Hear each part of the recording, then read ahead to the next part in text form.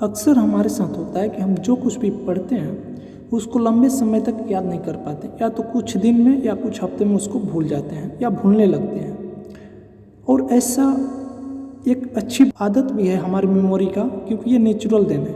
और क्यों अच्छी है इसको पहले समझते हैं। ये टाइम टू टाइम होते रहता है। मेमोरी अपने आप को रिफ्रेश करने के लिए टाइम टू टाइम अपना जो डाटा होता है उसको डिलीट करता है, एक तरह से डेटा बोले तो याद को। ठीक है, तो समझते हैं पहले क्यों ऐसा होता है। दो चीज़ें पहले यहाँ पर मैटर करती हैं। फर्स्ट आपकी अच्छी बातें, और सेकंड होती है जो बुरी बातें। अगर मान लो अच्छी बातों को लें तो हमारा स्टडी, और बुरी बातों को लें तो जो हमारे बैड मेमोरीज होती हैं, तो इसको आपको समझाने की ज़रूरत नहीं क्या होती है बैड मेमोरी। जैसे ब्रेकअप हो गया या जो कुछ भी आपके साथ मतलब नहीं होना चाहिए वो हो गया है। ऑलराइट, अगर मान लो जो अच्छी आदत है तो अच्छी आदत तो याद रहनी चाहिए, लेकिन बुरी आदत हम लोग सोचते हैं कि जल्द से जल्द उसको भूल जाएं, लेकिन ऐसा हो नहीं पाता है जल्दी। तो इसीलिए मेमोरी स्वयं जो नेचुरल होती है, प्रकृति की देन है, तो स्वयं अपने आप को बुरी यादों को मिटाती जाती है, और उसके साथ साथ अच्छी यादें भी मिट जाती है। क्योंकि मेमोरी जो हमारा सबकॉन्शियस माइंड है उसको पता नहीं होता है कि कौन सी बातें अच्छी है, कौन सी बातें बुरी। ठीक है, यहाँ तक क्लियर है। तो यहीं से शुरुआत होगा हमारा जो पढ़ने का, कि याद हम कैसे रख सकें किसी भी बात को जो हम पढ़ते हैं। ठीक है, तो जो चीज़ पढ़ते हैं उसको हमको पॉजिटिव वे में मेमोरी में डालना होगा। जो हमारा सबकॉन्शियस माइंड है उसको पॉजिटिव वे में डालना होगा कि ये हमारे काम की चीज़ है, इसको आप स्टोर करके रखो। हमारे जो सबकॉन्शियस माइंड है उसको बोलना पड़ेगा कि इसको आप स्टोर करके रखो, क्योंकि ये हमारे लाइफ की बात है। तो ये अगर ये सिग्नल बार बार अपने मेमोरी जो होगा आपका सबकॉन्शियस माइंड, तो उसको दीजिएगा तो वो आपके जो बात है उसको अच्छे से स्टोर करके रखेगा। लेकिन फिर भी कुछ दिन बीतेगा तो वो भूलने लगता है और उसको याद दिलाना पड़ता है। तो उसी मेमोरी को हम लोग याद दिलाने के लिए 3 बातों का ध्यान रखेंगे। जब भी आप पढ़ो तो इस 3 बातों को ध्यान रखकर पढ़ो। आप जिंदगी में कभी भी उस बात को भूलोगे नहीं जो आप स्टडी करोगे। ठीक है, तो फर्स्ट पॉइंट है कम पढ़ें और ज़्यादा रिवीजन करें। ये बहुत इंपॉर्टेंट पॉइंट हो जाता है। यहाँ पर एक हमारा जो है पेरेटो प्रिंसिपल लागू होता है। पेरेटो प्रिंसिपल क्या होता है? 80-20 रूल। आप कभी पढ़े होगे या सर्च करना गूगल पर मिल जाएगा।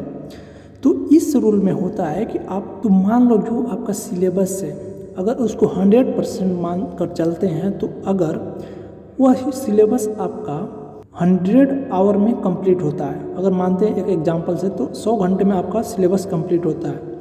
तो अगर पेरेटो प्रिंसिपल जो है लागू होता है कि अगर आप 20 घंटे मेहनत करोगे, अगर 20 घंटे पहले मेहनत कर लोगे तो आपका 80% जो सिलेबस है वो कंप्लीट हो जाएगा। और वहीं जो आपका 20% बचता है सिलेबस, उसके लिए आपको 80 घंटे मेहनत करना पड़ेगा। तो यहाँ सवाल उठता है कि हम कैसे उसको पहचानें। तो आपको सबसे पहले प्रीवियस ईयर जो भी पैटर्न है उस अनुसार से अपना जो टॉपिक मेन है उसको 20% में अपना कंप्लीट करना है। 20 घंटे में उसको कंप्लीट करना है, जिससे आपका 80% सिलेबस कंप्लीट हो जाएगा।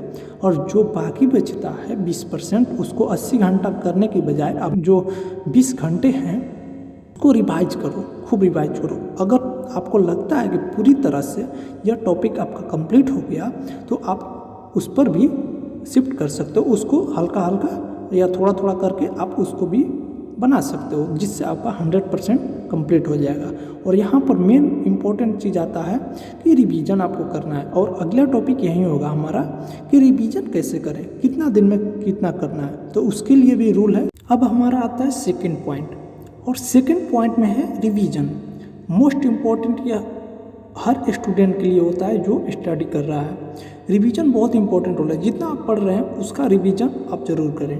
तो आपको रिवीजन क्यों करना है, आपको पहले एक डाटा से समझते हैं। जो आपके स्क्रीन पर अभी डाटा दिख रहा है उसको आप ज़रा ध्यान से देखें।